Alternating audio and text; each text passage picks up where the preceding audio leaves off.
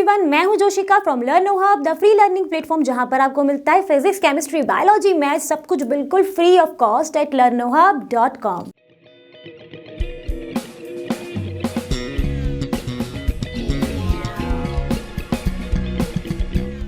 तो बच्चों, आज हम स्टार्ट करने वाले हैं NCERT solution class 9th physics.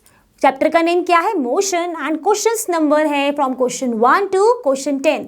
आपको क्या करना है? अपनी नोटबुक और पेन को रेडी होकर बैठना है और मेरे साथ साथ अपने क्वेश्चंस को स्टेप बाय स्टेप सॉल्व करना है। तो इसके लिए जल्दी से रेडी हो जाइए।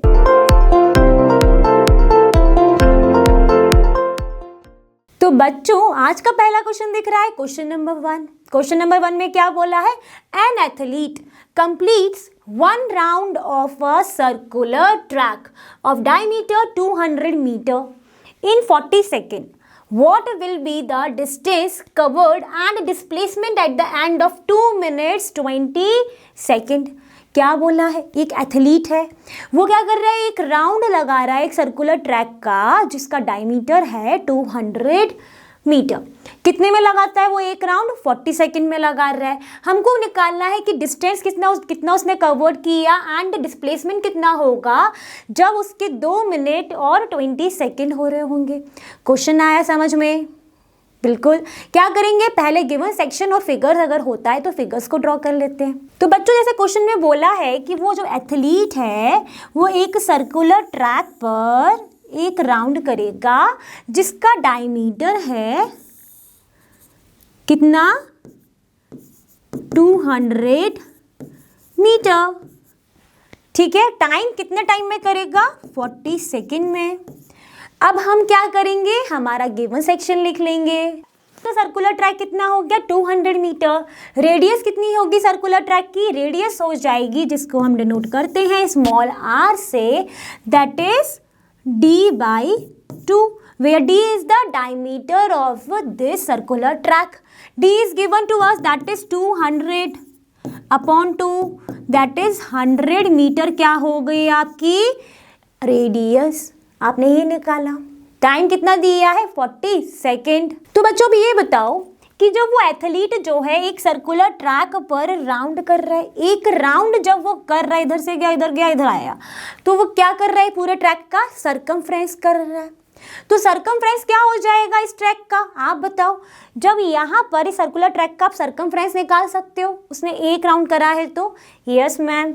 तो सरकमफ्रेंस, तो सर्कल का सरकमफ्रेंस क्या होता है बच्चों? एरिया तो आपको पता है, पाई आर स्क्वायर। सरकमफ्रेंस क्या होता है? 2 पाई आर। वेयर आर इज, जो आपने निकाला है 2, सही है। तो आप इसको लिख सकते हो 2 × 100 × pi metre, that is 200 pi metre. Clear? हमने सरकमफ्रेंस निकाल लिया उस ट्रैक का। अब क्या करें? तो बच्चों, यहाँ पर क्वेश्चन में बोला था, क्या बोला था? कि वो 40 सेकंड में 200 मीटर के डायमीटर का एक राउंड कर रहा है, ये क्वेश्चन में बोला था। अब अगर हम डिस्टेंस की बात करें इस 40 सेकंड में, तो वो कितना कर रहा होगा डिस्टेंस? कितने सरकमफ्रेंस के बराबर? कितने सेकंड में? 40 सेकंड में। बात हो रही है क्लियर? तो बच्चों, हमने क्या कर लिया? हमें निकाला डिस्टेंस ही निकालना है ना, at the end of 2 minute 20 second में। तो पहले हमने डिस्टेंस लिखी है उस 40 सेकेंड में जो उसके सरकमफ्रेंस के बराबर आई 200 पाई। तो यहाँ से क्या हम 1 सेकेंड की डिस्टेंस निकाल सकते हैं? अगर 40 सेकेंड में इतना है तो 1 सेकेंड में कितना हो जाएगा? तो बच्चों, हमने क्या लिख लिया? Distance in 1 second is 200 upon 40 और पाई। तो कितना आ गया कट के? 5 पाई मीटर आ गया।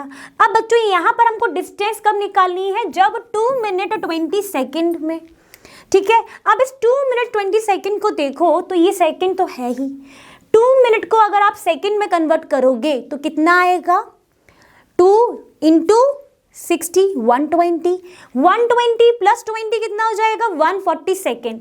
तो यहाँ पर अगर आप इसको लिखोगे तो ये हो जाएगा 2 × 120 सेकेंड प्लस 20 तो ऑलरेडी है, तो कितने सेकेंड हो गए? ये 140 सेकेंड।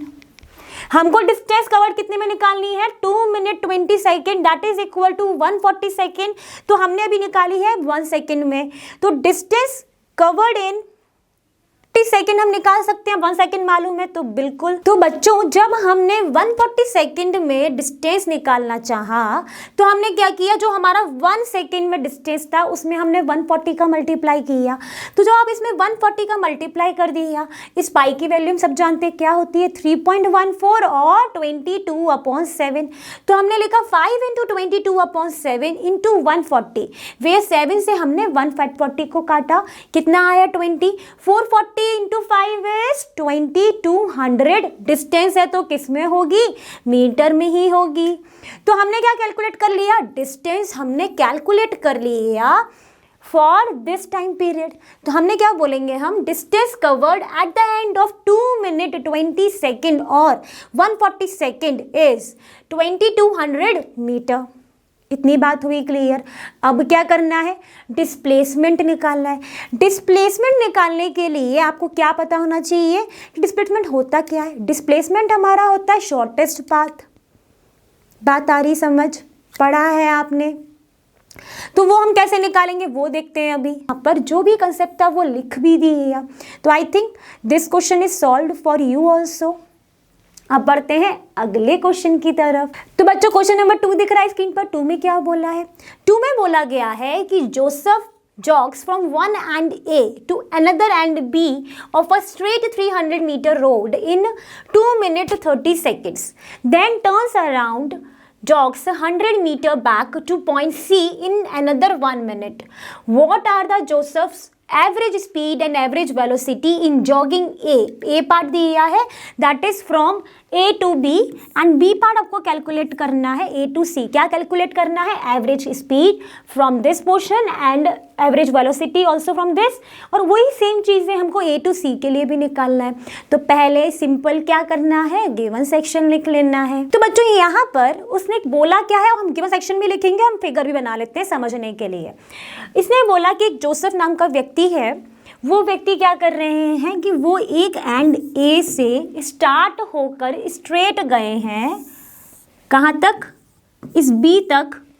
और इस बी पर जिन्होंने उतनी रोड जितनी उन्होंने ट्रेवल की है दैट इज 300 मीटर।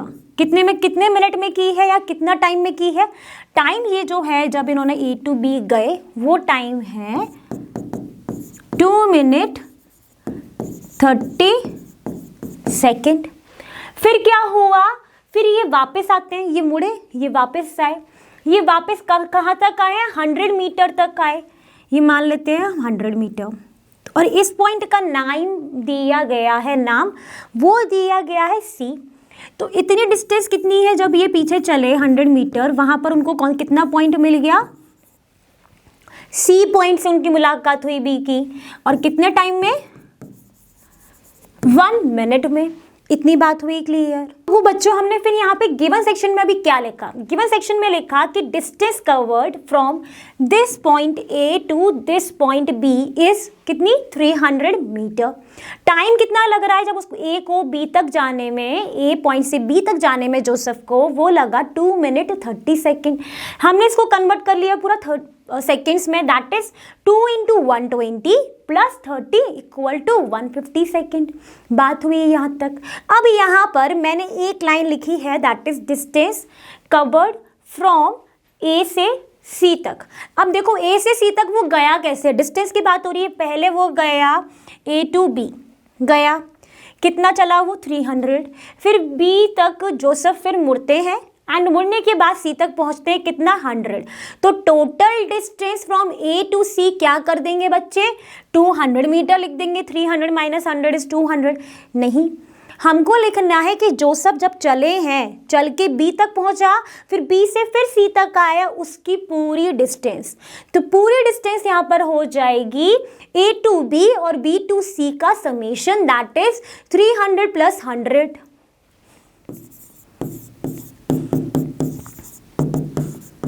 कितनी आ गई, distance covered from A to C is 300 plus 100 equal to 400 metre. इतनी बात हुई क्लियर। अब इसका टाइम कितना दिया गया है हमको, तो बच्चों हमने क्या लिख लिया, हमने लिख लिया time taken to travel A to C। A को B तक जाने में लगते हैं 2 minute 30 second which is equal to 150 second, तो हमने लिख दिया 150 प्लस B को C तक आने में कितना लगा 1 मिनट इक्वल टू 60 सेकेंड, तो प्लस कितना कर दिया 60। कितना लगेगा time A to C, that is 210 second. इतनी बात हुई होगी क्लियर। अभी हमने इतना पोर्शन यहाँ पर लिख लिया। अब क्या करना है, अब हमको क्या निकालना पड़ेगा, हमको एवरेज स्पीड निकालनी है, वेलोसिटी निकालनी है, यही दो चीजें निकालनी है। एवरेज स्पीड का फॉर्मूला क्या होता है, distance traveled upon time taken is the formula of average speed and average velocity का फॉर्मूला होता है total displacement upon time taken। अभी हमारे पास अगर डिस्टेंस मालूम पड़ गई है तो हम एवरेज स्पीड निकाल लेते हैं। जो हमने क्या कर लिया, हमने लिख लिया formula of average speed which is equal to total distance travelled upon time taken. अब हमको निकालना है average speed from A to B and A to C। तो इससे क्या हो जाएगा, हमारा ये जो एवरेज स्पीड का पार्ट है वो हो जाएगा solve. Average speed from A to B, तो हमें पहले क्या पता होना चाहिए, A to B की डिस्टेंस क्या हम जानते हैं, यस A to B की डिस्टेंस है 300 मीटर। तो 300 upon time taken to travel A to B is 150 second. तो A से लेके B तक की जो एवरेज स्पीड है वो कितनी आ गई, 300 upon 150 which is equal to 2 metre पर सेकेंड। किसकी आई है, average speed from A to B। अब किसकी निकाल लेते हैं, एवरेज स्पीड किसकी बची है, A to C। अब A to C की हमें डिस्टेंस पता है, बिल्कुल मैम पता है, कितनी डिस्टेंस कवर की, 400 मीटर। तो 400 अपॉन टाइम टेकन कितना है बच्चों, 210 सेकेंड। तो जब आप इसको डिवाइड करोगे 40 को 21 से, तो ये आएगा आपका 1.9 मीटर पर सेकेंड। तो average speed from A to B कितनी आ गई थी, average speed A to C कितनी आ गई, 1.9 मीटर पर सेकेंड। तो हमने एवरेज स्पीड वाला तो पोर्शन कर लिया सॉल्व। अब हमें क्या निकालना बचा है, वेलोसिटी। ठीक है, A to B की और A to C की, अब वो निकाल लेते हैं। अब बात करने जा रहे हैं एवरेज वेलोसिटी की। तो बच्चों एवरेज वेलोसिटी का फॉर्मूला होता है, क्या दिख रहा है, total displacement upon time taken is the formula of average velocity. हमको पहले एवरेज वेलोसिटी निकालनी है के लिए A to B के लिए जो डिस्प्लेसमेंट कहाँ से कहाँ तक, यहाँ से यहाँ तक कितना हुआ है, फाइनल पोजीशन और इनिशियल पोजीशन में चेंज हुआ है, बिल्कुल हुआ है। पहले A पे था फिर B पे पहुंच गया है। शॉर्टेस्ट डिस्टेंस होती है डिस्प्लेसमेंट कितना है, 300 मीटर। और 300 टाइम टेकन कितना लगा है, A to B is 150 second. तो कितना आएगा बच्चों, 2 मीटर पर सेकेंड। अब आ जाते हैं किस पर, क्या निकालना है, अब average velocity from A to C। अब आपको निकालना क्या है, एवरेज फॉर्मूला क्या है, total displacement upon time taken. Displacement क्या होता है, शॉर्टेस्ट डिस्टेंस। अब अगर आप A से C तक का अगर पूरा लोगे तो क्या वो डिस्प्लेसमेंट होगा, नहीं। क्या वो शॉर्टेस्ट डिस्टेंस होने वाली है, नहीं। तो A to C का जो शॉर्टेस्ट डिस्टेंस है वो कितनी होगी बच्चों, अगर ये 300 है, ये 100 है, तो ये कितनी है, 200। तो शॉर्टेस्ट जो डिस्टेंस हो जाएगी वो हो जाएगी A to C की 200 मीटर। तो डिस्प्लेसमेंट कितना हो गया, शॉर्टेस्ट डिस्टेंस के बराबर, दैट इज 200। और टाइम कितना है, टाइम तो वही है 210 सेकेंड। अब हम क्या करें, इसको डिवाइड करेंगे, ये कट जाएगा, कितनी वैल्यू आ रही है बच्चों, 0.95 मीटर पर सेकेंड। तो क्या हमने average speed A to B की, A to C की कैलकुलेट कर ली मैम। क्या हमने average velocity A to B की, A to C की कैलकुलेट कर ली मैम। इसका मतलब क्या हो गया, इस क्वेश्चन में जो भी हमको चाहिए था वो हमने निकाल लिया। तो अब क्या करेंगे, अगले क्वेश्चन की तरफ बढ़ जाएंगे। तो बच्चों क्वेश्चन नंबर 3 दिख रहा होगा स्क्रीन पर। 3 में क्या बोला गया है, Abdul while driving to school computes the average speed for his trip to be 20 km per hour. On his return trip along the same route there is less traffic and the average speed is 30 km per hour. What is the average speed for Abdul's trip? क्या बोला, अब्दुल जी हैं, अब्दुल जी इस point से इस point तक अपने school तक गए। हम मान लेते हैं कि वो ए से चले और बी तक गए, ठीक है, अपने स्कूल जा रहे हैं। तो उनकी जो स्पीड है दैट इज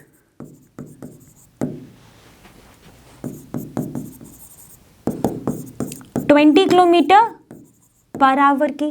डिस्टेंस हम मान लेते हैं डी, स्मॉल डी। अब वो सेम रूट से वापस आ रहे हैं अपने घर तक, तो वहां पर तुमको ट्रैफिक कम है बट डिस्टेंस सेम ही रहेगी। तो डिस्टेंस यहाँ पर भी क्या रहने वाली है, सेम ही रहने वाली है डी।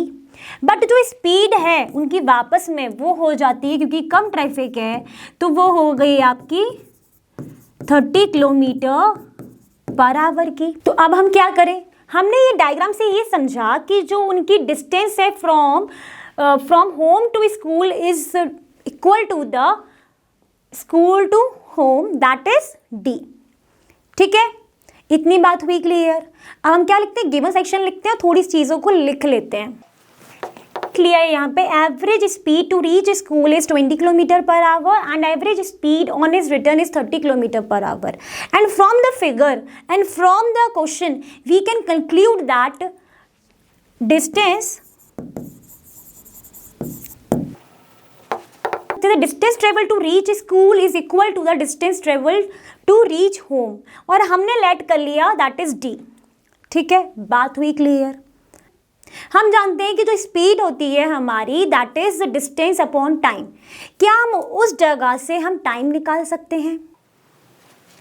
क्या कर लिया बच्चों, हमने लिख लिया let time taken to reach school is t1 which is equal to distance upon speed. Here distance is d and speed जब वो स्कूल जा रहा है तो कितनी थी, 20। ठीक, इतनी बात आई गई, हो गई समझ में, आवर यूनिट हो गई। अब same time taken to reach home t2 लिख लेते हैं, वो हो जाएगा आपका d अपॉन 30 आवर। बात हुई यहाँ पर भी क्लियर। तो हमने टाइम टेकन निकाल लिया, स्पीड हमें पता है एंड डिस्टेंस हम जान गए। तो क्या यहाँ से हम क्या कैलकुलेट करना है, यहाँ पर हमें average speed for Abdul trip calculate कर सकते हैं।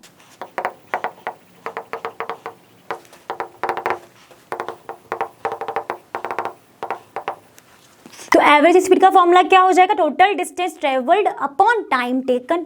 टोटल डिस्टेंस कितनी हो जाएगी बच्चों, D that is D plus D time taken total.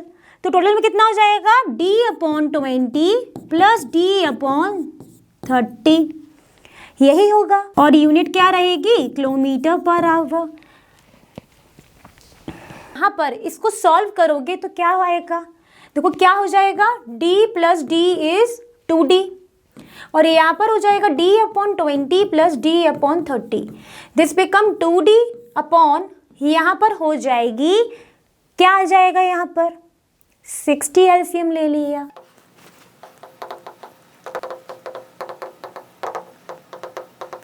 अब क्या किया आपने अब ये कर लिया, तो ये हो गया 2d अपॉन 5d अपॉन 60। 60 ऊपर गया, कितना बन गया 120d अपॉन 5d, d से d कैंसिल, कितना आ गया 120 अपॉन 5।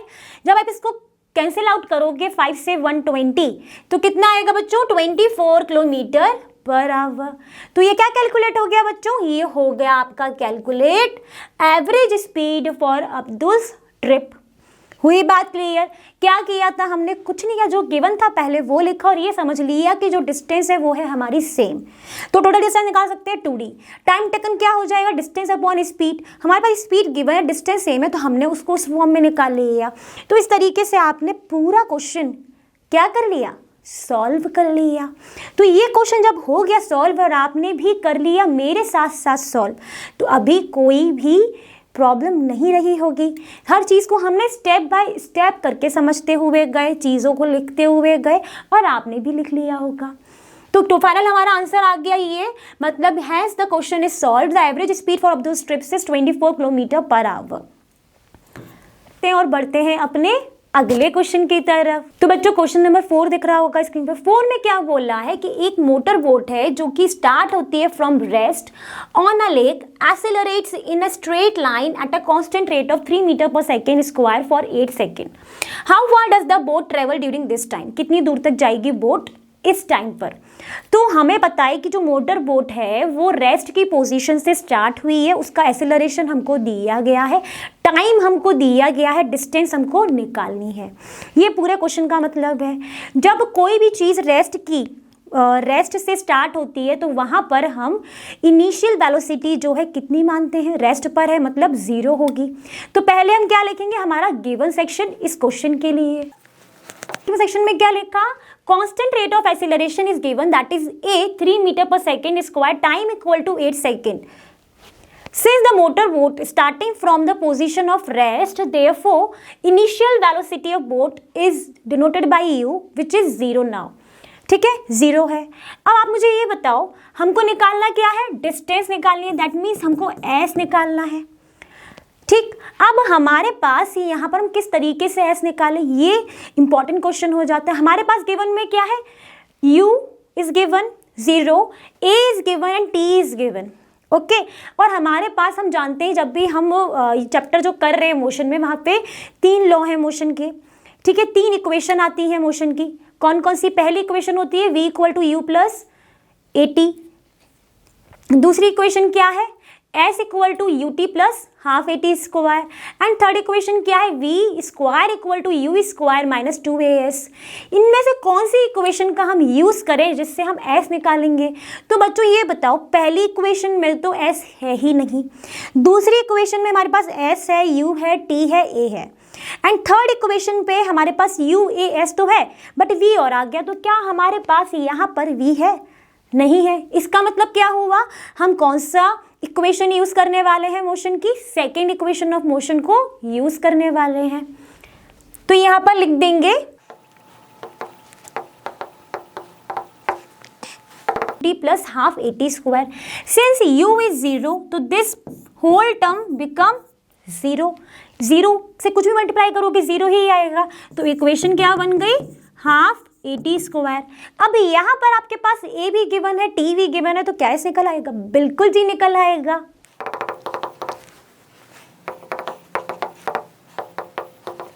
अब जब आपने यहाँ पर a की वैल्यू रखी 3, t का स्क्वायर मतलब 8 इंटू 8, 2 से 4 गया तो 4 आ गया, 4 इंटू 3 इज 12, 12 इंटू 8 इज 96। तो s कितना आ गया हमारा? 96 मीटर। हम क्या बोल सकते हैं? boat travel a distance of 96 meter during the time of 8 second. बता दिया हमने। तो जो हमें निकालना था कि कितनी दूर तक वो बोट ट्रेवल करेगी 8 सेकेंड में, वो हमने कैलकुलेट कर दिया 90। तो इसका मतलब इस क्वेश्चन की जो भी डिमांड थी वो हमने कर दी फुलफिल। मतलब ये क्वेश्चन हो गया लॉक हमारा। अब हम बढ़ेंगे हमारे अगले क्वेश्चन की तरफ। तो बच्चों क्वेश्चन नंबर 5 दिख रहा होगा स्क्रीन पर। 5 में क्या बोला गया है कि a driver of a car travelling at 52 kilometre per our applies the brakes and the accelerates uniformly in the opposite direction. The car stops in 5 seconds. Another driver going at 3 km per hour in another car applies his brake slowly and stops in 10 seconds. On the same graph paper, plot the speed versus time graph for the two cars, and also you have to say that which of the following cars traveled farther after the brakes were applied. So this is the question. Question में क्या बोला है, एक driver है जो एक car को drive कर रहा है और एक दूसरा ड्राइवर है। जो पहला ड्राइवर है उसकी जो स्पीड है वो हमको गिवन है 52 किलोमीटर पर आवर, एंड उसमें बोला कि उसने बाद में फिर वो अप्लाई करा ब्रेक और उसकी जो फाइनल जो वेलोसिटी थी, फाइनल जो स्पीड थी वो फिर 0 हो जाएगी आफ्टर द ब्रेक अप्लाइड। उसके बाद उसने बोला ब्रेक अप्लाइड करने के बाद जब कार स्टॉप होती है वो कब होती है, 5 सेकेंड के बाद होती है। फिर अनदर जो ड्राइवर है उसकी भी हमको स्पीड गिवन है, फिर वो भी कार में ब्रेक अप्लाई करता है और 10 सेकेंड में वो रुक जाता है। फिर हम इन सब चीज़ों को लेकर हमको एक ग्राफ पेपर पर दोनों ड्राइवर्स की, दोनों कार की स्पीड वर्सेस टाइम ग्राफ को हमें ड्रॉ करना है। बात हुई समझ में। फिर हमको ये बताना है कि उन दोनों में से जो travel farther after the brakes were applied, कौन ज़्यादा दूर तक गया है after the brakes were applied. So this is the question. क्या करेंगे हम, पहले हम लिखेंगे इस क्वेश्चन का गिवन पार्ट। तो चलिए स्टार्ट करते हैं विद द गिवन सेक्शन। बच्चों हमारे पास गिवन में क्या है, 2 ड्राइवर हैं, 2 कार है, ठीक है। तो हम यहाँ पे दोनों के लिए लिख लेते हैं एक साथ। पहले ड्राइवर और दूसरे ड्राइवर की हमने इनिशियल स्पीड लिख ली। इनिशियल स्पीड जो है पहले ड्राइवर की वो कितनी है, 52 किलोमीटर पर आवर, ठीक है। एंड दूसरे ड्राइवर की कितनी है स्पीड, 3 किलोमीटर पर आवर, ये आपको दिख गया है। एंड आपको जो टाइम दिया है पहले ड्राइवर का जब उसने ब्रेक अप्लाई किया कार पे वो दिया है 5 सेकेंड, एंड दूसरे का दिया है 10 सेकेंड। अब यहाँ पर अगर आप ध्यान से देखो तो हमारे पास जो स्पीड है वो है आपके पास किलोमीटर पर आवर में, आपको टाइम दिया है सेकंड में। तो क्या करते हैं हम, जो स्पीड है उनको हम कन्वर्ट कर लेते हैं मीटर पर सेकंड में।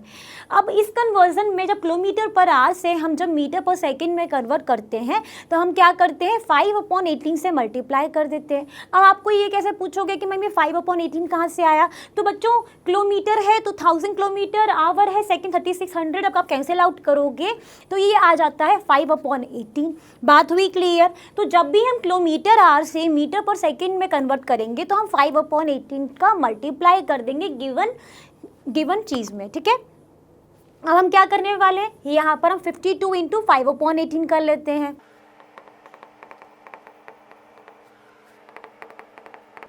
दोनों ही स्पीड्स जो है फर्स्ट और सेकंड ड्राइवर की जो ड्राइव कर रहे हैं कार ए और कार बी, उनकी जो स्पीड है उसको हमने कन्वर्ट कर लिया मीटर पर सेकंड में। तो 52 का हमने मल्टीप्लाई किया 5/18 से, it will give the answer that is 14.45 unit क्या हो गई, मीटर पर second. Same for second driver, if you are going to multiply 5/18 with the 3, then you will get the answer 0.83 metre पर सेकेंड। तो हमने क्या करा, जो इनिशियल स्पीड थी उनको हमने कन्वर्ट कर लिया अपना मीटर पर सेकेंड में। अब हमारे पास क्या बोला उसके बाद कि इस स्पीड जो चल रहा था तो उसने ब्रेक अप्लाई किया है। जब वो ब्रेक अप्लाई करेगा एक यूनिफॉर्मली तो क्या होगा, ब्रेक अप्लाई करने के बाद उसकी जो फाइनल स्पीड है या फाइनल वेलोसिटी जो है वो क्या हो जाएगी, इसकी 0 हो जाएगी। इतनी बात होनी चाहिए क्लियर। ये फाइनल स्पीड ऑफ दिस, इसको हमने माना हुआ है ना, फर्स्ट ड्राइवर जो ड्राइव कर रहा है कार वो कार ए है, तो कार ए की जो फाइनल स्पीड है वो हमने लिख दी v = 0 बिकॉज ब्रेक अप्लाइड हो चुके हैं। अभी यहाँ पर भी सेम चीज़ हुई है कि अनदर जब कार जो ड्राइव कर रहा था उसने भी ब्रेक्स अप्लाई की हैं, तो यहाँ पर भी जो हमारी फाइनल स्पीड होगी v वो 0 हो जाएगी। क्यों हो जाएगी, क्योंकि ब्रेक अप्लाई किए गए हैं, ठीक है। तो v = 0 हो गया। आपके पास यहाँ पर भी वो सेम कंडीशन थी। एंड यहाँ पर जो टाइम आपको गिवन है वो है आपके लिए t = 5 सेकेंड, और यहाँ पर आपको जो टाइम गिवन है दैट इज t = 10 सेकेंड। तो टाइम हमको गिवन है। अब उसने बोला है कि इन दोनों ही सेकेंड एंड फर्स्ट जो ड्राइवर हैं जो car A and car B drive कर रहे हैं उनको हमें सेम ग्राफ पेपर पर उनकी स्पीड वर्सेस टाइम का ग्राफ प्लॉट करना है।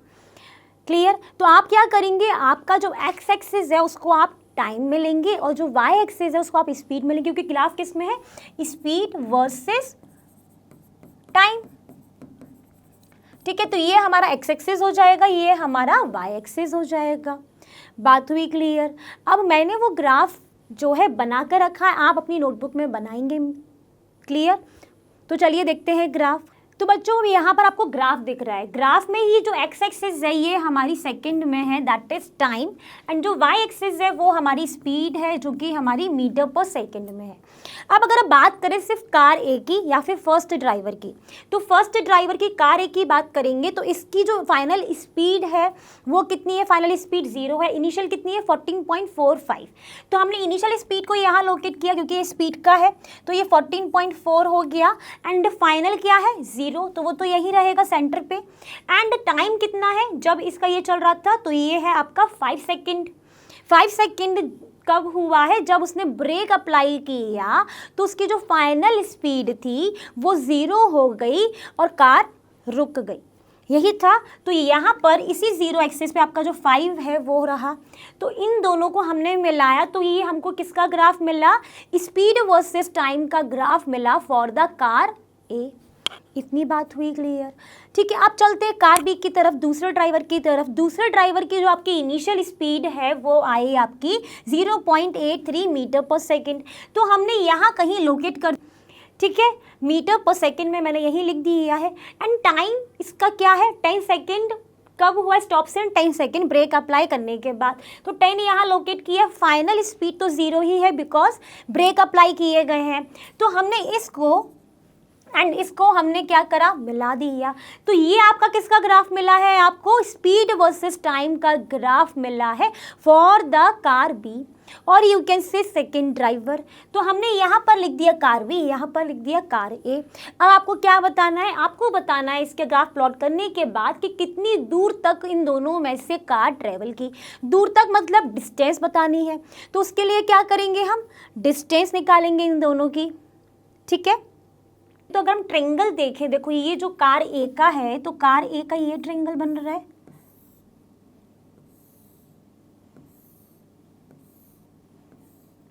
अभी हम बात से किसकी कर रहे हैं, कार ए की कर रहे हैं।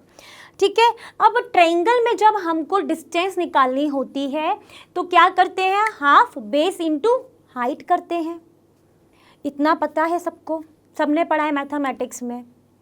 क्या आएगा कि मैम ने बताया कि जब डिस्टेंस निकालेंगे इसमें तो क्या करेंगे, हाफ बेस इनटू हाइट। अब आप कहोगे कि मैम ये जो डिस्टेंस है ये तो एरिया हो गया ट्रायंगल का, बिल्कुल हो गया। अब यहाँ पर इस ट्रायंगल में अगर आप देखोगे तो इस कार ए का जो स्लोप है वही क्या होगा, इसके डिस्टेंस से आपको यही कैलकुलेट करना है, यही पोर्शन कैलकुलेट करना है कि इसने कितने दूर तक ट्रेवल किया है, इतने टाइम और इतनी स्पीड में। ठीक है, क्योंकि फाइनल स्पीड तो 0 थी इसकी। तो ये जब निकालना है तो ये पूरा क्या बन रहा है, एक ट्रायंगल बन रहा है। अब ये जब निकालना है तो क्या हो गया, डिस्टेंस कैसे कवर होगा, एरिया ऑफ द ट्रायंगल। ठीक है, और you can say area under slope of this graph. अब हम नाम दे देते हैं, हमने नाम दे दिया सेंटर का ओ, तो ओ ए बी का जो भी आप एरिया निकालेंगे वही आपका क्या हो जाएगा, डिस्टेंस हो जाएगा। तो चलिए करते हैं। Distance is calculated by the area of triangle O A B under the slope of the graph for car A, that is first driver. तो फर्स्ट ड्राइवर का अगर एरिया की बात कर रहे हैं triangle, that is half base into height. Base की बात करें इस ट्रायंगल की तो क्या है, इसका बेस ओ बी है, तो बेस की जगह पे क्या लिख दिया, ओ बी लिख दिया। ओ ए क्या है, हाइट है, तो ओ ए इसकी हाइट लिख दी। ठीक है, अब आपके पास O B is given, O A is also given. क्या करना है, सिर्फ पुट करना है, आंसर निकालना है। अब देखिए ध्यान से क्या करा, सिर्फ वैल्यूज रखी, ओ बी की जगह 5, ठीक है, एंड ओ ए की जगह 14.4 जो कि क्या था, मीटर पर सेकेंड आपकी क्या आई थी, स्पीड आई थी कार ए की, फर्स्ट ड्राइवर की, हमने रख दी। जब आप देखोगे तो ये 2 से 14.4 चला जाएगा। जब आप मल्टीप्लाई करोगे 5 से 7.2 टू 5 इंटू 5 करोगे, then you will get the answer, that is 36 unit क्या हो जाएगी डिस्टेंस की, मीटर। बात हुई क्लियर। तो ये हमने किसका ट्रायंगल की कैलकुलेट किया है, डिस्टेंस कार ए का फर्स्ट ड्राइवर का, by calculating the slope of this triangle that is O A B. अब बात हो गई कार ए की, हमारे पास डिस्टेंस आ गई। अब क्या करना है, कार बी की निकालनी है। तभी तो मालूम पड़ेगा ना कौन ज़्यादा फार्दर ट्रेवल कर रहा है after the brakes were applied. तो अब हम बात करेंगे कार बी की। अब बच्चों ध्यान से देखो, ये जो कार बी है इसका ट्रायंगल मैंने रेड से मार्क कर रहा है, तो ये आपको दिख रहा है, ये जो रेड से है पूरा, ये आपका क्या हो जाएगा, किसका है, ये कार बी के लिए जो ट्रायंगल फॉर्म हो रहा है हमारे पास। तो इसके डिस्टेंस निकालते हैं, सेम इस तरीके का ही लॉजिक होगा, तो चलिए निकालते हैं।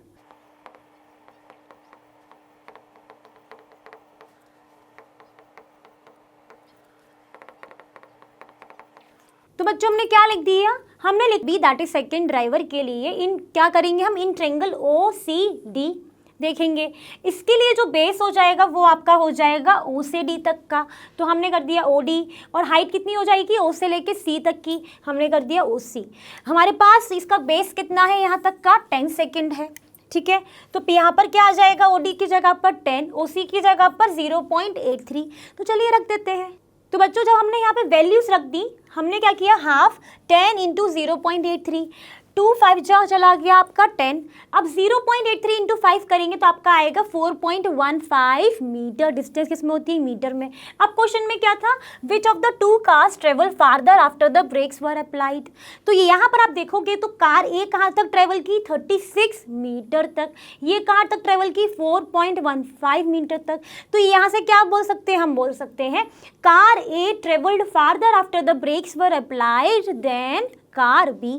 तो आंसर हो गया solve. Car A travel farther after the brakes were applied than car B. Car B से ज़्यादा ट्रेवल करा है उसने, 36 मीटर तक गया उसका डिस्टेंस, इसका 4.15।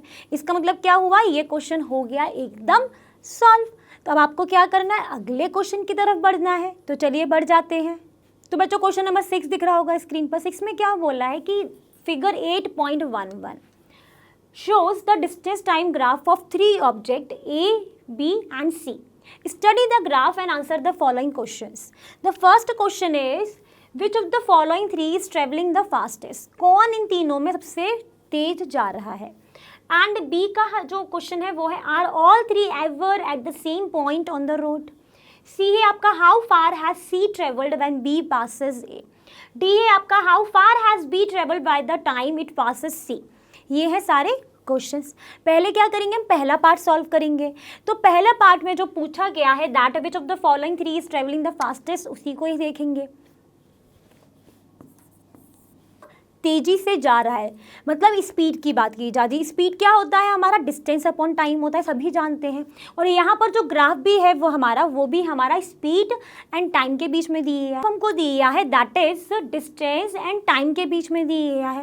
एंड डिस्टेंस एंड टाइम के बीच में अगर आप देखोगे तो डिस्टेंस हमको दी गई है किलोमीटर में, टाइम दिया गया है हमको आवर में। हमारे क्वेश्चन में कि कौन तेजी से जा रहा है मतलब स्पीड, किलोमीटर पर आवर में बात की गई है।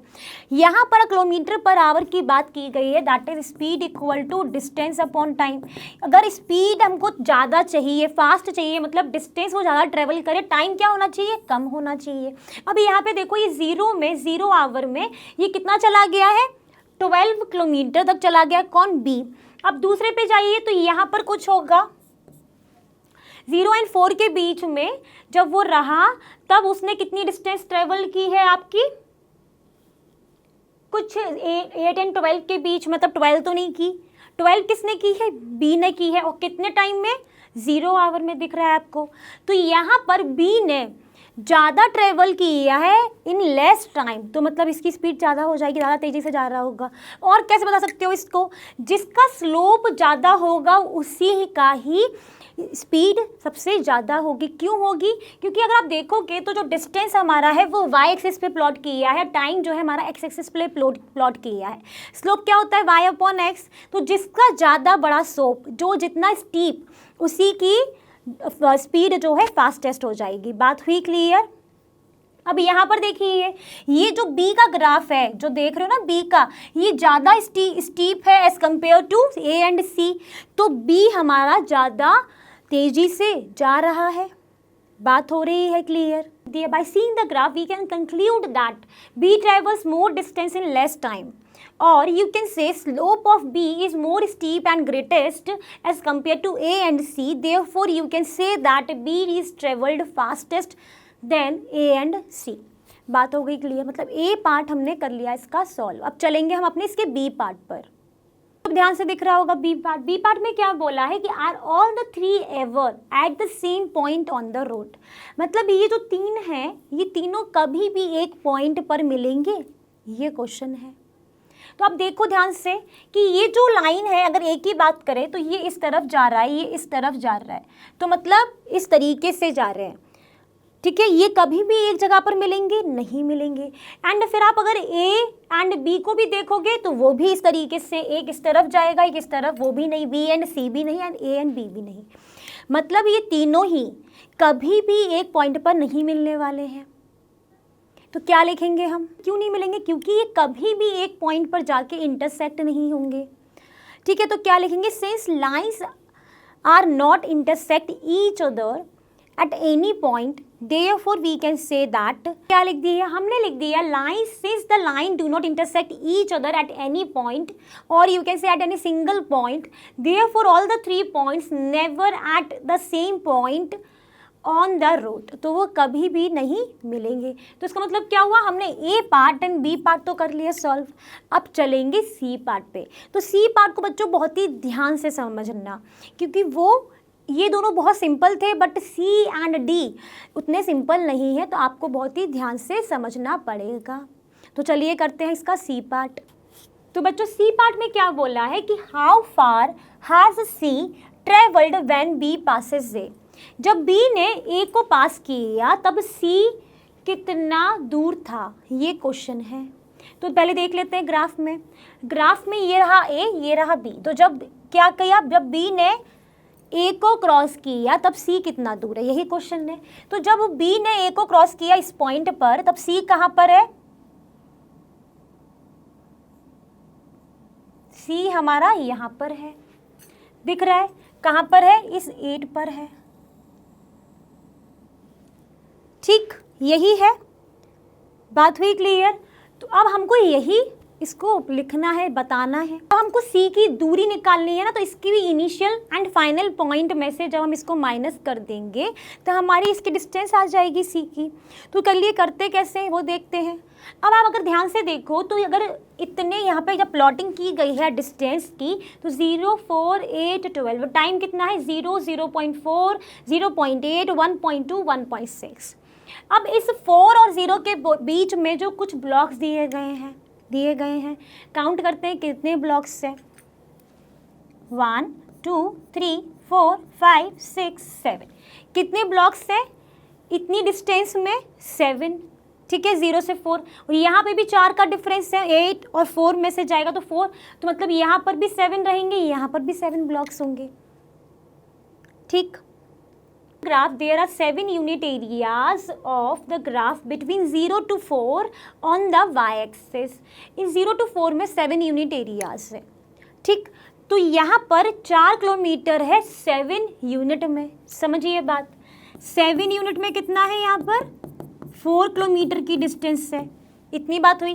तो 1 यूनिट में कितनी हो जाएगी बच्चों, 4/7 किलोमीटर। और आप इसको अगर डिवाइड कर देते तो कितना आ जाएगा, 0.57 किलोमीटर। मतलब हर एक स्मॉल यूनिट में जब ट्रैवल हो रहा है, कितना डिस्टेंस तक ट्रैवल होगा, इतना कितना है, ये 0.57 किलोमीटर है। 0.57, 0.57, 0.57, 0.57, 0.57, 0.57, 0.57। तो जब ये 4 तक पहुंचा होगा, 4 किलोमीटर तक, उसने कितना सारा ट्रैवल किया है, 0.57 हर एक यूनिट में ट्रैवल करके किया है। इतनी बात हुई क्लियर। तो जब 7 यूनिट में 4 किलोमीटर ट्रैवल करा तो उसने एक यूनिट में करा 0.57 किलोमीटर। बात हो गई क्लियर मैम। अगर सी की डिस्टेंस निकालनी हो, सी की अगर इनिशियल डिस्टेंस देखोगे, इनिशियल पॉइंट देखोगे, वो कहाँ से स्टार्ट हो रहा है, सी का जो इनिशियल पॉइंट है वो आपका स्टार्ट हो रहा है कुछ यहाँ से। ठीक, जब यहाँ से और यहाँ तक की जो डिस्टेंस है, इसमें कितने यूनिट्स है, 1, 2, 3, 4। ठीक, अब अगर एक में 0.57 है तो 4 में कितने हो जाएंगे, 4 × 0.57 हो जाएंगे। तो मतलब हम इसका इनिशियल डिस्टेंस निकालेंगे सी की फ्रॉम द ओरिजिन। बात हुई क्लियर। तो क्या लिखे हम, of the C of the object C is 4 graph units away from the origin O. ठीक, एंड इट्स इनिशियल डिस्टेंस कितनी हो जाएगी, therefore from the origin is, एक में कितना है 0.57, तो 4 ग्राफ यूनिट में कितना हो जाएगा, 4 × 0.57, वही हमने लिख दिया। आप क्या करोगे, मल्टीप्लाई कराए तो 7 4 जा 28, 8 आया, कैरी गई 2, 5 4 जा 20, 22 हो गया। डेसिमल कहाँ लगेगा, 2 के बाद, तो 2.28 किलोमीटर आ गई उसकी initial distance of C from the origin हमने निकाल लिया। अब क्या निकालेंगे? Final distance. ठीक है, तो चलिए बढ़ते हैं फाइनल डिस्टेंस की तरफ। तो बच्चों बात किसी करने जा रहे थे? फाइनल डिस्टेंस की। फाइनल डिस्टेंस की बात करें तो फाइनल डिस्टेंस में कौन सी चाहिए? जब बी ने ए को क्रॉस किया तब जो उसकी डिस्टेंस होगी वही उसकी क्या होगी? फाइनल डिस्टेंस होगी। तो फाइनल डिस्टेंस कितनी है हमने जो लोकेट करी है? 8 किलोमीटर। बात हुई, इसको लिख देते हैं।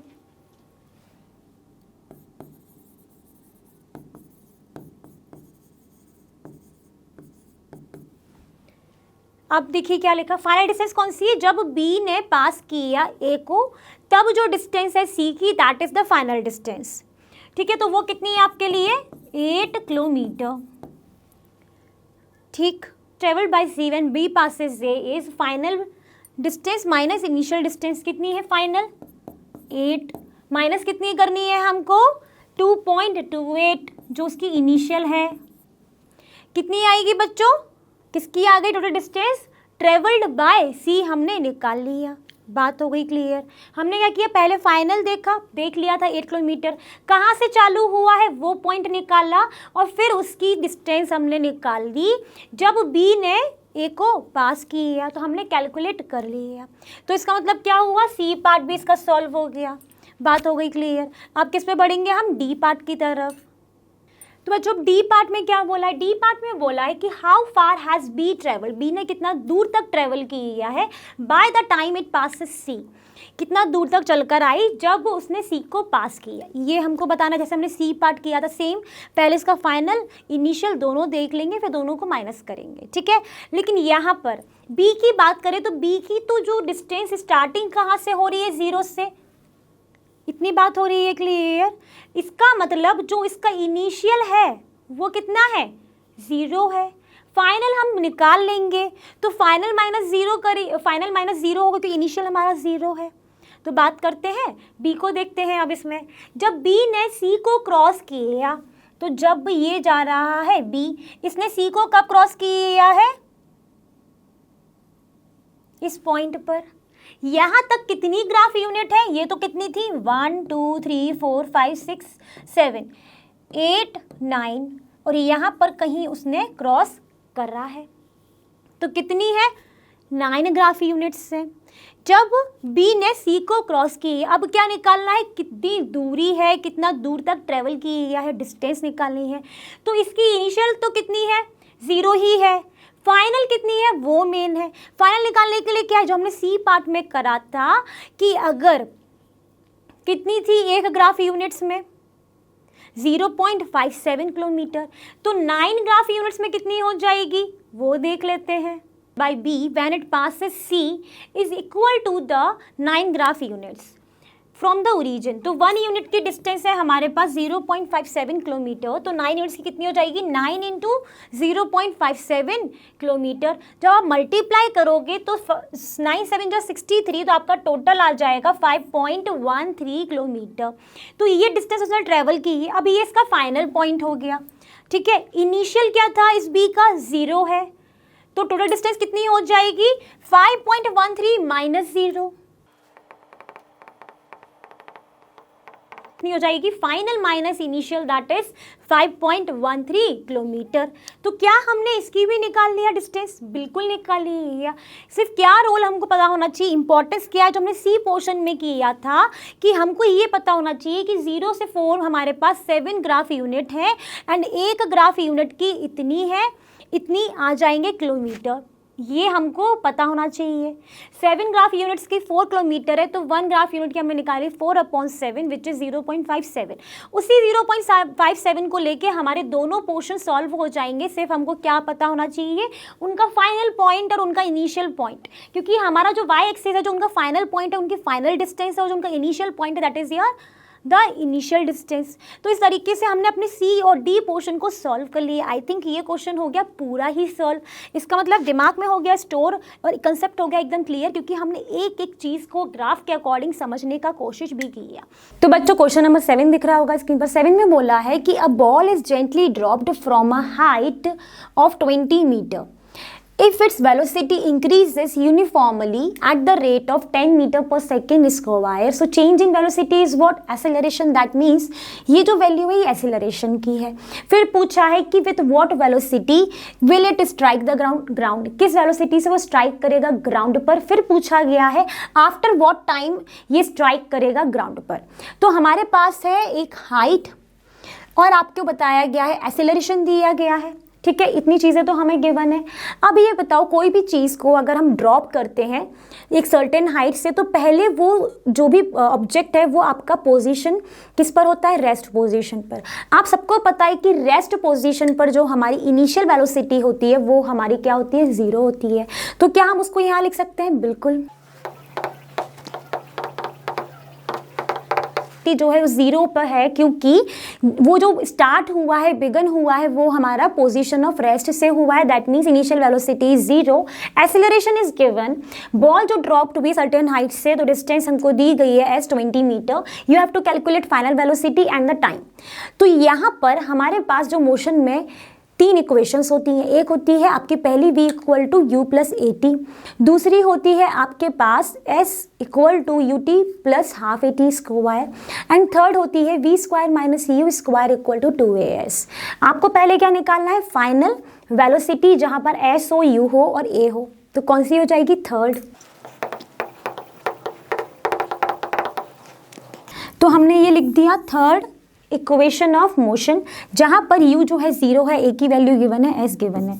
तो क्या हम इसको इस तरीके से लिख सकते हैं? बिल्कुल, क्योंकि u जो है वो 0 है, इनिशियल वेलोसिटी।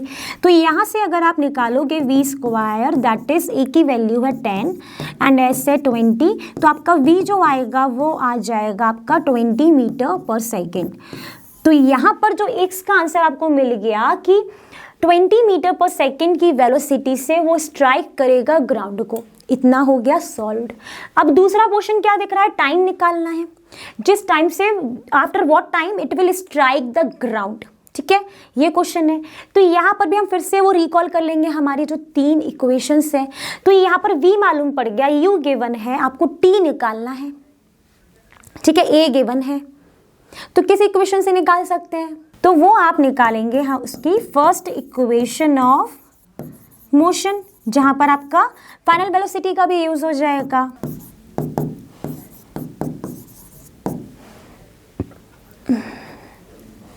फॉर्मूला आ जाएगा v minus you upon A. v क्या आया हमारा? 20, इनिशियल वेलोसिटी क्या है? 0 और a क्या है हमारा? 10। तो यहां से टाइम कितना आ जाएगा बच्चों? 20 अपॉन 10 दैट इज 2 सेकेंड। तो कितने आफ्टर व्हाट टाइम पूछा था? तो हम बोल सकते हैं the ball reaches the ground after the time 2 second. बात हुई क्लियर? तो हमने दोनों पोर्शन निकाल लिए। इस टाइम के बाद ये स्ट्राइक कर जाएगा, 2 सेकेंड के बाद वो ग्राउंड पर स्ट्राइक कर जाएगा, और किस वेलोसिटी से वो हिट करेगा, स्ट्राइक करेगा, दैट इज 20 मीटर पर सेकेंड ग्राउंड पर। तो हमने दोनों चीजें कैलकुलेट कर ली। इसका मतलब क्या हुआ? ये क्वेश्चन हो गया आपका पैक, ये क्वेश्चन हो गया लॉग। तो हम क्या करेंगे? अगले क्वेश्चन की तरफ बढ़ जाएंगे। तो बच्चों क्वेश्चन नंबर 8 दिख रहा है स्क्रीन पर। क्वेश्चन नंबर 8 में क्या बोला है? क्वेश्चन नंबर 8 में बोला है कि speed time graph for the car is shown in this figure, and 2 part दिए हैं। पहला पार्ट में बोला है कि find how far does the car travel in the first 4 second. पहले 4 सेकेंड में वो कितनी दूर तक ट्रेवल कर पाती है, और ये बोला है कि उस एरिया को हमें शेड करना है ग्राफ में, जो रिप्रेजेंट क्या करेगा? Distance travelled by the car during this period. ठीक है, बात हुई क्लियर? दूसरे पार्ट में बोला है कि which part of the graph represent the uniform motion of the car. इस ग्राफ का कौन सा पोर्शन में हमको यूनिफॉर्म मोशन दिख रहा है? तो पहले हम कौन सा पार्ट सॉल्व करेंगे? ए पार्ट सॉल्व करेंगे। तो कर लेते हैं। अब अगर ए पार्ट की बात करें तो उसने बोला पहले 4 सेकेंड, तो ये रहे टाइम, यहाँ पर है, ये स्पीड है। तो फर्स्ट 4 सेकेंड में हम उस ग्राफ को क्या करना है? शेड करना है। तो इसकी हाइट तक जाएंगे आप। हमने क्या करा? शेड कर दिया इस ग्राफ को फर्स्ट 4 सेकेंड के लिए। अब जो हमने शेड करा है ग्राफ, वो हमें क्या शो करेगा? Distance travel by the car during this period, that is first 4 second में। अब इसकी डिस्टेंस की बात करें तो आप देखोगे कि ये क्या होगा? इसका डिस्टेंस कैलकुलेट करने के लिए हाफ बेस इंटू हाइट। तो हम क्या लिख सकते हैं? present the distance traveled by the car which can be calculated by half base into height. यहाँ पर इस रीजन की बात करें तो इसका बेस कितना है 4, तो हम यहाँ पे क्या कर देंगे हाफ इंटू 4, किस में है सेकंड में है, और ये कितना है इसकी हाइट मैंने यहाँ पर करी हुई है दैट इज 6। तो यहाँ से ये कैंसिल हुआ, कितना आएगा बच्चों 12 क्या आएगा मीटर पर second, into second is metre, और डिस्टेंस भी किस में होती है मीटर में। तो हम क्या बोल सकते हैं जो कार ने कितना ट्रेवल किया है, तो car travel 12 metre in the first 4 second. तो इसका मतलब क्या हो गया, हमने पहले पार्ट को क्या कर लिया सॉल्व कर लिया है, तो ये हो गया। तो आप यहाँ पे लिख दोगे the car travel 12 metre in the first 4 second. बात हो गई क्लियर। अब चलेंगे इसके बी पार्ट पर। बी पार्ट में बोला है कि which part of the graph represent the uniform motion of the car, मतलब एक यूनिफॉर्म स्पीड से जाए, ठीक है। अब अगर यहाँ पे देखो आप, तो अगर 6 सेकंड पर ध्यान दीजिए, तो 6 सेकंड के अगर अलोंग आप देखेंगे, इसके बाद से अगर आप देखो तो इस जो स्पीड है वो क्या है कांस्टेंट हो गई है, कांस्टेंट दिख रही है, देखिए बिल्कुल कोई भी चेंज दिख रहा है, इंक्रीज और डिक्रीज नहीं दिख रहा है। तो इसका मतलब आफ्टर द 6 सेकंड, ठीक है, उसकी जो स्पीड है वो क्या हो गई है आपकी यूनिफॉर्म हो गई है, चेंज नहीं हो रही है, एक यूनिफॉर्म मोशन में वो ट्रेवल कर रहा है, ठीक है। इसको लिखोगे क्या, the car does not change from the point that is time equal to 6 second to time equal to 10 second तक कोई चेंज नहीं हो रहा है, मतलब इस ड्यूरेशन में between the 6 second to 10 second there is no change in speed, hence we conclude that for this portion car is said to be in the uniform motion. किस पोर्शन के लिए 6 सेकेंड से 10 सेकेंड के लिए क्या है आपका यूनिफॉर्म मोशन में कार ट्रेवल कर रही है। इसका मतलब क्या कर लिया हमने, ए पार्ट भी सॉल्व कर लिया, बी पार्ट भी सॉल्व कर लिया। इस क्वेश्चन को भी क्या कर सकते हैं, लॉक कर सकते हैं और आगे बढ़ सकते हैं। तो बच्चों क्वेश्चन नंबर 9 दिख रहा होगा स्क्रीन पर। 9 में क्या बोला गया है कि state which of the following situation are possible and give an example for each of these, ठीक है। तो पहली आपको सिचुएशन कौन सी पॉसिबल है ये बताना है, तो हम पहली सिचुएशन देखते हैं। पहली सिचुएशन क्या है कि an object with a constant acceleration but with zero velocity, ये कोई भी ऑब्जेक्ट है उसके पास कांस्टेंट एक्सीलरेशन हो और क्या हो उसका जीरो वेलोसिटी हो, पहला ये है। दूसरा क्या है, an object moving with an acceleration but with uniform speed, and C है आपका an object moving in a certain direction with an acceleration in the perpendicular direction. बात हुई। अब यहाँ पर हम क्या करें, एक एक बात कर लेते हैं पहले पार्ट की। पहले पार्ट में बोला है कि कोई भी ऑब्जेक्ट जो है उसका कांस्टेंट एक्सीलरेशन हो और ज़ीरो वेलोसिटी हो। तो ऐसी कंडीशन तब पॉसिबल होगी हमारे लिए जब हम किसी भी ऑब्जेक्ट को क्या करें, थ्रोन अप करें। थ्रोन अप एक्सीलरेशन तक हो जाएगा और एक सर्टेन हाइट अचीव करेगा। कांस्टेंट एक्सीलरेशन क्यों होगा, क्योंकि ड्यू टू ग्रेविटी उसके ऊपर एक्ट कर रहा होगा, acceleration due to gravity which is constant, ठीक है। इतनी बात हुई क्लियर। एंड जब आप उसको थ्रोन अप साइड करोगे तो जो वेलोसिटी रहेगी वो आपकी क्या रहती है, ज़ीरो रहती है। तो क्या लिख सकते हैं हम यहाँ पर, तो बच्चों जो अभी हमने बोला कि हमने क्या बोला, ऑब्जेक्ट को आप ऊपर की तरफ फेंकोगे हवा में, तो देखो मैं इसको अगर ऊपर तक लेके जाऊँ, हवा में फेंक रही हूँ, तो एक ये किससे जाएगी, ये कांस्टेंट एक्सीलरेशन से जाएगी उस हवा में। क्यों कांस्टेंट एक्सीलरेशन कैसे हो जाएगा, क्योंकि जब आप कोई भी ऑब्जेक्ट को फेंकते हो तो उसका एक्सीलरेशन ड्यू टू ग्रेविटी उसका लगता ही है, ठीक है, जो कि हमारा कांस्टेंट वैल्यू होती है। एंड जब वो ऊपर की तरफ जाती है तो एक सर्टेन हाइट पर आके कुछ मोमेंट के लिए उसकी जो वेलोसिटी है वो ज़ीरो हो जाती है, फिर वो वापस आती है, यही होता है। तो यही वो कंडीशन है, क्योंकि जब वो यहाँ पर एक सर्टेन पॉइंट पर आके जब वो वेलोसिटी ज़ीरो होती है, जब वो एक सर्टेन हाइट तक पहुँचकर, तब भी वहाँ पर एक्सेलरेशन ड्यू टू ग्रेविटी तो लग ही रहा होता है, जो कि आपका कांस्टेंट रहता है। तो क्या यही कंडीशन होगी इस केस के लिए, बिल्कुल होगी। तो हमने क्या लिख दिया, it is a possible situation. हमें क्या बताना है, फॉर एग्जाम्पल हमने लिखा कि an object is throne up in the air. हवा में फेंका, हैज़ अ कांस्टेंट एक्सीलरेशन। क्यों है? क्योंकि एक्सीलरेशन ड्यू टू ग्रेविटी उसके ऊपर लग रहा है। And however it reaches to a certain height तक पहुंचकर जहां पर उसकी वेलोसिटी 0 हो जाएगी एंड वो फिर वापस भी आएगा, तो उसके पास जो है एक्सीलरेशन तो कांस्टेंट रहने वाला है, क्योंकि एक्सेलरेशन कौन सा होने वाला है? ड्यू टू ग्रेविटी होने वाला है। तो मतलब हमने ए पार्ट को समझ लिया, एग्जाम्पल भी लिख लिया, तो ए पार्ट हो गया सॉल्व। अब हम क्या करें? बी पार्ट की तरफ चलते हैं। तो बच्चों बी पार्ट में क्या बोला गया है? बी पार्ट में बोला गया है कि N object moving with an acceleration, object जो है वो मूव कर रहा है और उसके पास एक्सीलरेशन है, but with uniform speed. Uniform speed में तो बच्चों यहाँ पर तो ये जो लिखा ही है उसी से मालूम पड़ गया कि इम्पॉसिबल है। क्यों है? क्योंकि अगर एक्सीलरेशन उसके पास है मतलब वो इंक्रीज या डिक्रीज कुछ हो रहा होगा। अगर वो, क्योंकि एक्सीलरेशन क्या होता है? Change in speed, change in velocity, मतलब स्पीड में जब इंक्रीज और डिक्रीज हो रहा होगा तभी तो आपका एक्सेलरेशन होगा। अगर स्पीड ही कांस्टेंट है मतलब वो चेंज ही नहीं हो रही over the period of time, तो उसके पास एक्सेलरेशन भी क्या होगा? चेंज नहीं होगा। बट यहाँ पर तो विद एन एक्सेलरेशन के थ्रू मूव कर रहा है। अगर वो मूव कर रहा है that means there is an increase और डिक्रीज ऑफ स्पीड, तो ये कंडीशन क्या हो जाएगी हमारे लिए? इम्पॉसिबल हो जाएगी। तो क्या लिख दें बच्चों यहाँ पर? चलिए देखते हैं।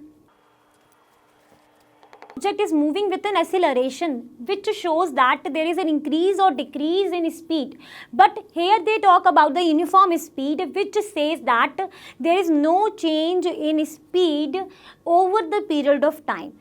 Therefore this is an impossible condition situation. तो हमने बी पार्ट भी कर लिया सॉल्व। अब किस पे जाएंगे हम? सी पार्ट की तरफ। तो चलिए करेंगे हमारा सी पार्ट। तो बच्चों सी पार्ट में क्या बोला है? सी पार्ट में बोला गया है कि N object moving in a certain direction, एक ऑब्जेक्ट जो है एक सर्टेन डायरेक्शन में मूव कर रहा है with an acceleration in the perpendicular कर रहा है, बट उसका जो एक्सीलरेशन है वो परपेंडिकुलर है, ये है। तो क्या ये सिचुएशन हमारे लिए पॉसिबल है? तो हाँ जी बिल्कुल है। कब होगी? जब हम एक सर्कुलर मोशन में जा रहे हैं, सर्कुलर ट्रैजेक्टरी को फॉलो कर रहे हैं, ठीक है। तो वहाँ पर जब आपका ऑब्जेक्ट मूव कर रहा है ना सर्कुलर डायरेक्शन, तो वहाँ पर जो आपका फोर्स है वो कहाँ लगेगा? अंदर की तरफ। क्यों लगेगा? क्योंकि वो सेंट्रीपेटल फोर्स होगा। तो जब सेंट्रीपेटल फोर्स अंदर की तरफ होगा तो आपका एक्सेलरेशन उसके परपेंडिकुलर लगेगा, तो वो कंडीशन हो सकती है। तो क्या लिख दें यहाँ पर? जब कोई ऑब्जेक्ट एक्सेलरेट करता है एक सर्कुलर डायरेक्शन में, एक सर्कुलर ट्रैजेक्टरी में, तो जो उसका एक्सेलरेशन है वो परपेंडिकुलर रहता है to the direction followed by the project और बाय एन ऑब्जेक्ट, ठीक है। क्यों? देखिए सर्कल है, सर्कल में जब यहाँ पर इस तरीके से डायरेक्शन में मूव कर रहा है कोई ऑब्जेक्ट, अगर ये मान लो इसको मैं सर्कल में आसपास कुछ घुमा रही हूँ, तो जो फोर्स लगेगा वो इस सेंटर की तरफ लगेगा। सेंटर की तरफ कौन सा फोर्स लगेगा? उसको हम क्या कहते हैं? सेंट्रीपेटल फोर्स कहते हैं। तो हमने यहाँ पे FC लिख दिया, ठीक है, सेंट्रीपेटल फोर्स। अब इसी फोर्स के अलोंग परपेंडिकुलर क्या लगेगा? हमारा एक्सीलरेशन लगेगा। इस तरीके से एक्सेलरेशन आता जाएगा। मतलब इस केस में जो एक्सेलरेशन है वो हमारा क्या रहेगा? परपेंडिकुलर डायरेक्शन में रहेगा।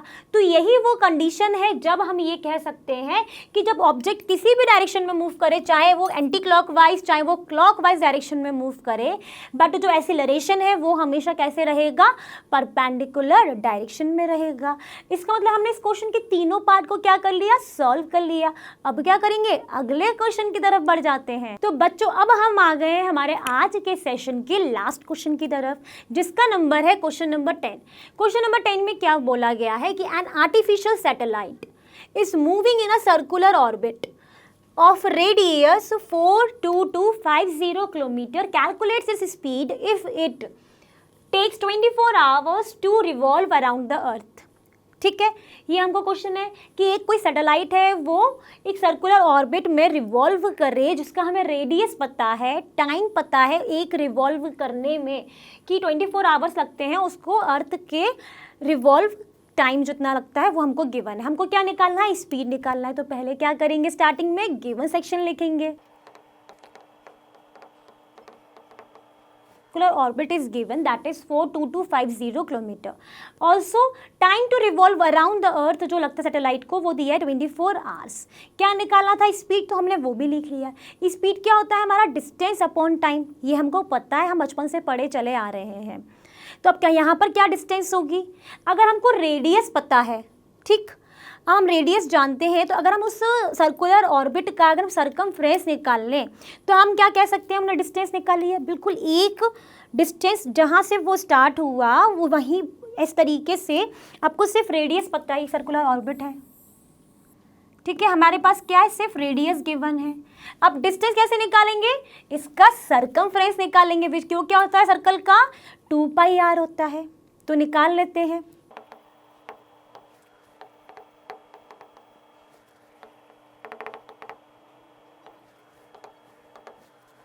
हमने सरकमफ्रेंस निकाल लिया, तो मतलब हमारा क्या आ जाएगा, डिस्टेंस आ जाएगा, तो वो क्या होता है 2πr। आर की वैल्यू हमें गिवन है और पाई हम जानते हैं विच इज 3.14।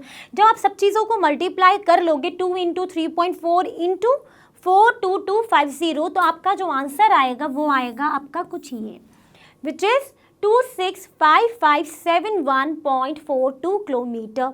तो आपका ये क्या आ जाएगा, जो सरकमफ्रेंस है वो डिस्टेंस हो जाएगा, तो किलोमीटर लिख दिया। तुम्हारे डिस्टेंस निकाल ली, टाइम हमको गिवन है 24 आवर्स। तो क्या अब हमारे लिए इसकी स्पीड निकालना कोई बड़ी बात है, नहीं है ना। क्या करना है, speed equal to distance upon time कर लेते हैं। वही किया, डिस्टेंस रखा और टाइम हमको दिया है 24 आवर। तो जब हमने इसको देखा 265571.42 अपॉन 24 जब आप कैलकुलेट करोगे तो जो आंसर आएगा वो आएगा आपका 11065.4 किलोमीटर पर आवर। तो क्या हमारा आंसर हो गया कैलकुलेट, बिल्कुल जी हो गया। हमको क्या निकालना था, हमको स्पीड निकालनी थी।